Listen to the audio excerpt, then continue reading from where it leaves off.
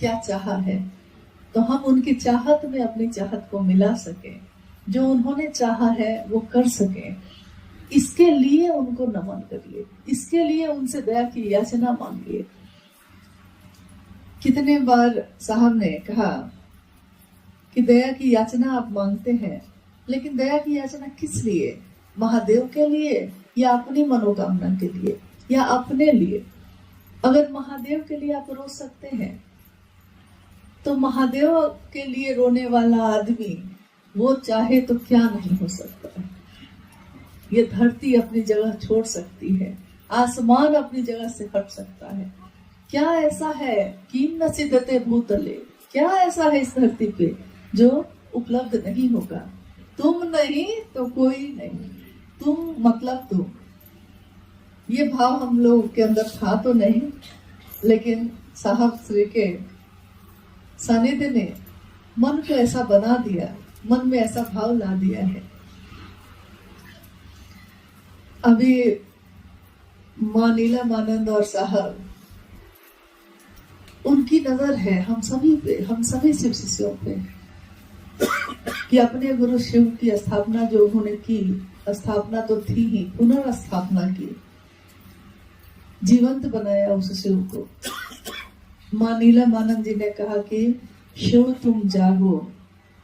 साहब ने इसकी व्याख्या की, शिव तुम जागो, इसका ये अर्थ नहीं है कि शिव सोया है, शिव तो जगह ही है, ये धरती सोई है। धरती पे रहने वाले लोग उस शिव को भूल गए हैं, महादेव को भूल गए हैं। तो उन्होंने कहा कि महादेव को जगाने का काम करना है। और देखिए, क्या ये सिर्फ साहब और दीदी के वाक्य थे? क्योंकि उस समय तो साहब जो भी कहते तो उसको अक्सर कागज पे लिखकर पूजा घर में रखा जाता था, और माँ नीलमानंद उसको रखती थी, और उस पे महादेव की मोहर लगती, उस पे कुछ निशान आते, त्रिशूल के, बेलपत्र आते, बेलपत्र की बारिश होने लगती। सारे लोगों के समक्ष ये सब दृश्य होता। अद्भुत समय था, दुनिया के लोगों ने ऐसे समय को भी देखा। उसमें एक समय जब ऐसा आया कि शिव कसी से बनाने के लिए हम लोग को क्या पद्धति अपनानी चाहिए, इसी पर बात हो रही थी। कोई तरीका होना चाहिए ना, कैसे पता चलेगा कि हाँ ये शिव से हो रहे हैं। क्लास तो शुरू कर दिया, लेकिन कागज पे लिख के एडमिशन नंबर कुछ तो होता है।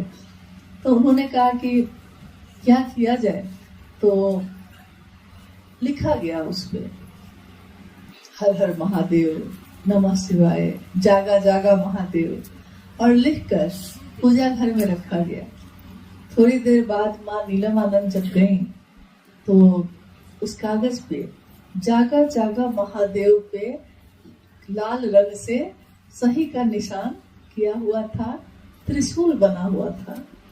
यानी वो भाव सत्ता जो है, भाव ग्रहण करते हैं, और उस भाव में उन्होंने जो शिव शिष्यता के लिए सही था जो वाक्य, क्योंकि हर हर महादेव तो सदियों से होता आया है, और नमः शिवाय का मंत्र भी सदियों से, प्राचीन काल से चल रहा है।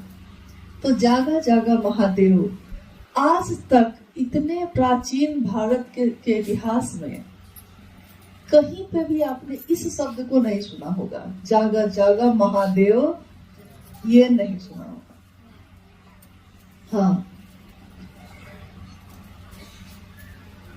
और देखिए शिव का शिष्य बनने की घोषणा शुरू हो गई इसी के साथ। ये शब्द जो है, इस शब्द में ताकत है, क्योंकि शब्द सिर्फ अक्षर नहीं होता है, किसके द्वारा कहा गया, किसका आदेश है, किसका चैतन्य है उसमें, मतलब किसकी ऊर्जा है उसमें, इसका प्रभाव होता है। बोलते हम आप हैं, लेकिन प्रभाव तो उस शब्द का है।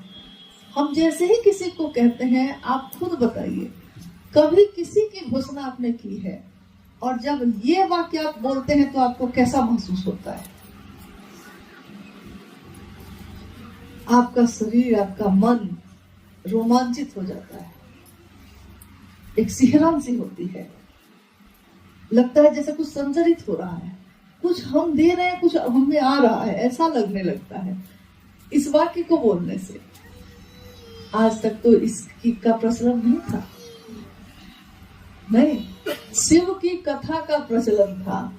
शिव पुराण, रामायण, महाभारत, गीता, शिव पुराण बहुत सारे घरों में रखे थे और गांव में, शहर में, मंदिरों में इसकी कथाएं होती थी, आज भी होती हैं।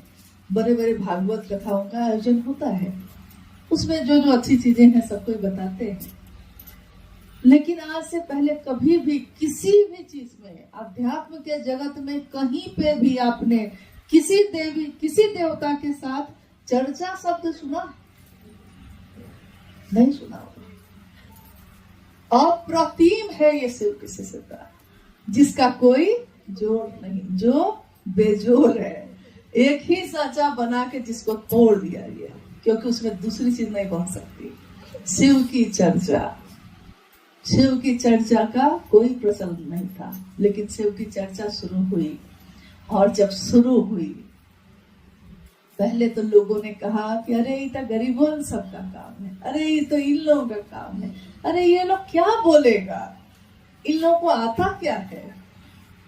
बहुत उतार चढ़ाव को बर्दाश्त करते हुए शिव शिष्यता की जो मूल धारा जो प्रकट हुई साहब के हृदय से, वो धरती पे आगे बढ़ने लगी। और धीरे धीरे लोग देख रहे हैं कि नहीं, हमने कैसे सोचा कि इसको कुछ नहीं आता, ये तो जब बोलने लगते हैं, कौन बोल रहा है ये? कोई विद्वान नहीं है, कोई गुरु नहीं, कोई देवी साध्वी नहीं है, कोई बहुत पढ़े लिखे शास्त्रों का अध्ययन करने वाले विद्वान नहीं है। ये कौन सी भाषा है? इस भाषा का प्रयोग क्या आज से पहले संपूर्ण विश्व के किसी भी धारा में हुआ है?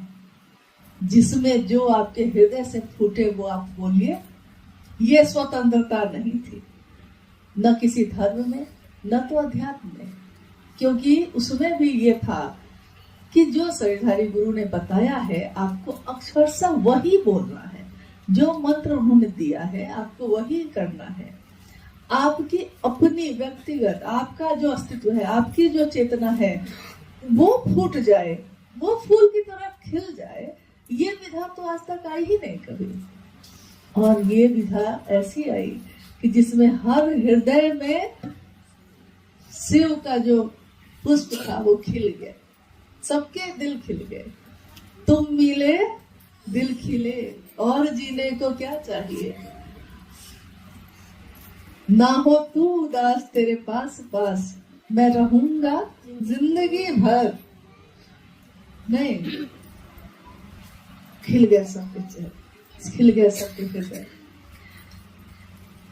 आज भी जबकि शिव के शिष्यों की संख्या अब इतनी तो ज्यादा हो चुकी है कि गिनती नहीं की जा सकती, अजप अजप की गिनती की जा सकती है। शिव से जुड़ी कोई भी धारा, कोई भी चीज, उसकी कोई गिनती नहीं, क्योंकि जगत में गिनती है 1, 100, 1000, लाख, करोड़, अरब, खरब, उसके ऊपर। लेकिन जाते जाते, थोड़ा सा ऊपर जाते जाते